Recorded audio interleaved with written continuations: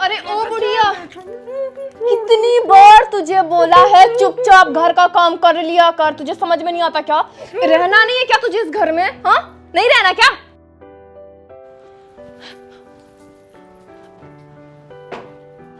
Mummy जी, मेरा हाथ छोड़ दीजिए। हिमांशु,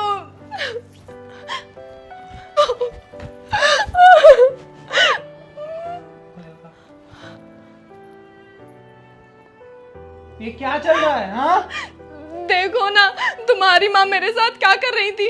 अगर मैं तुम्हें बताती ना तो तुम मुझ पे कभी यकीन नहीं करते। माँ, खुशी ने ऐसा क्या कर दिया है जो आप इसके साथ ऐसा कर रही हैं? नहीं नहीं बेटा, मैंने कुछ नहीं किया, बल्कि बहू। हाँ, बोलिए ना कि आप इसको नहीं मारती हैं, परेशान नहीं करती हैं, बल्कि ये आपको मारती है और परेशान करती है। मैं आपकी बातों पे यकीन कर भी लेता अगर मैंने अपनी आंखों से नहीं देखा होता। माँ, हिमांशु, तुम्हें पता है ये ना मुझे रोज मारती है, रोज पीटती है और घर का सारा काम मुझसे जबरदस्ती कराती है। मैंने तुम्हें इसलिए नहीं बताया कि तुम परेशान ना हो।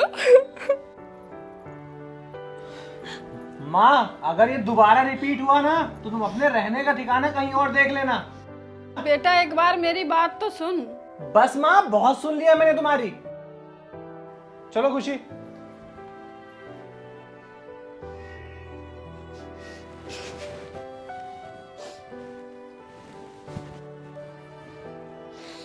हिमांशु, ये तुम्हारा पर्स और ये तुम्हारी कार की चाबी। खुशी, तुम मेरा कितना ख्याल रखती हो। तुम अगर नहीं हो ना, मैं आधे से ज्यादा चीजें तो घर पे ही भूल जाऊं। अरे तुम्हारा ध्यान नहीं रखूंगी तो किसका रखूंगी? अच्छा, लंच पैक हो गया? हाँ हो गया, कब का कर दिया मैंने। मैं लेके आती हूँ।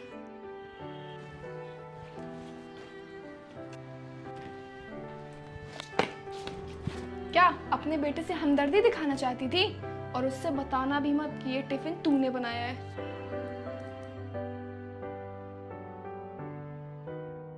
ये लो तुम्हारा लंच, सुबह 5 बजे उठ के मैंने बना दिया था। क्या बात है खुशी, आजकल सब कुछ तुम टाइम से पहले ही रेडी कर देती हो। ठीक खुशी, मैं चलता हूँ। ठीक है।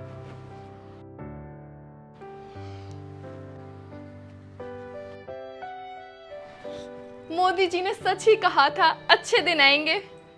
अरे कैसी औरत है तू, अपने पति के लिए टिफिन भी नहीं बना सकती तू, और मैं बना के लाई तो अपना नाम लगा के दे दिया टिफिन कि मैं बना के लाई हूँ। बुढ़िया, तू थोड़ी देर शांत नहीं रह सकती? तुझे अपने बेटे के साथ नहीं रहना है क्या? तूने कल सुना था ना, उसने क्या बोला था कि अपना कहीं और ठिकाना देख लेना। अगर तुझे अपने बेटे के साथ रहना है ना तो मेरे तौर तरीके से रहना पड़ेगा, नहीं तो अपना बोरिया बिस्तर उठा और जा। और पता है फिर तेरा हाल क्या होगा? किसी चौराहे पे ना दे दो करके भीख मांगती रह जाएगी। बढ़िया ही मुझसे जुबान चलाने। हट!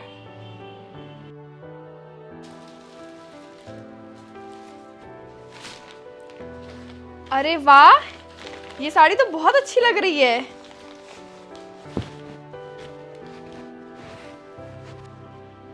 वाओ, ये तो मुझ में बहुत अच्छी लग रही है। कितनी सुंदर है। बुढ़िया, तू क्या करेगी इसका? नहीं बहू, ये मैंने अपनी बेटी के लिए ली है, जब मेरी बेटी आएगी उसे दूंगी। तेरा खुद का तो ठिकाना है नहीं और तुझे अपनी बेटी की पड़ी है। बेटा तू मेरे साथ ऐसा क्यों करती है? ऐसा मैंने क्या कर दिया तेरे साथ? ज्यादा कुछ नहीं, पर तू मुझे पसंद नहीं है। मैं चाहती हूँ कि तू जल्द से जल्द इस घर से चली जा।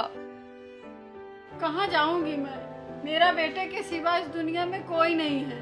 तुझे इस घर में रहना है ना तो चुपचाप मुंह बंद करके घर का सारा काम कर दिया कर, नहीं तो तेरा इस घर से टाटा बाय बाय।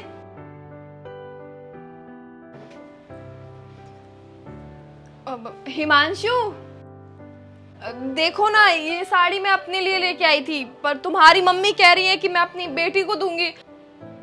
अब तुम ही बताओ, क्या मैं अपने मन से एक साड़ी भी नहीं खरीद सकती? एकदम चुप खुशी।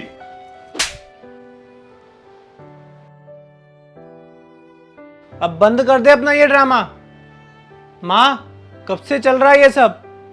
मैंने सब कुछ सुन लिया है बाहर खड़े होके।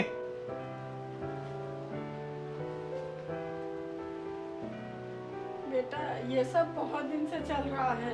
उस दिन तूने सोचा कि मैंने बहू पे हाथ उठाया, मैंने नहीं मारा था बहू को, बहू ने मुझे मारा था।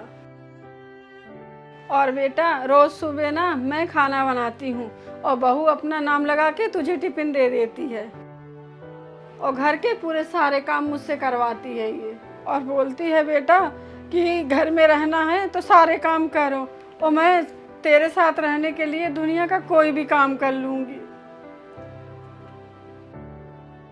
माँ, मुझे समझने में गलती हो गई कि गलत कौन था। खुशी, तुम्हें मैं आखिरी मौका दे रहा हूँ, तुम्हें सुधरना है या तुम्हारा बोरिया बिस्तर पैक करके मायके भेज दूं। हिमांशु, मुझे माफ कर दो। यार खुशी, तुम ना बहुत तेज हो, तुम तो गिरगिट से भी तेज रंग बदलती हो, उसको भी रंग बदलने में थोड़ा समय लगता है। ये तुम्हारे लिए ना पहला और आखिरी चांस है, इसके बाद तुम इस घर में नहीं दिखने वाली।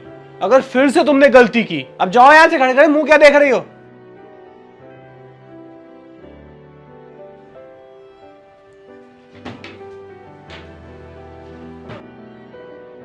मुझे भी माफ कर देना माँ, मैंने तुम्हें समझने में गलती कर दी। चलो बैठो, मैं तुम्हारे लिए ना गरम गरम कॉफी बना के लाता हूँ।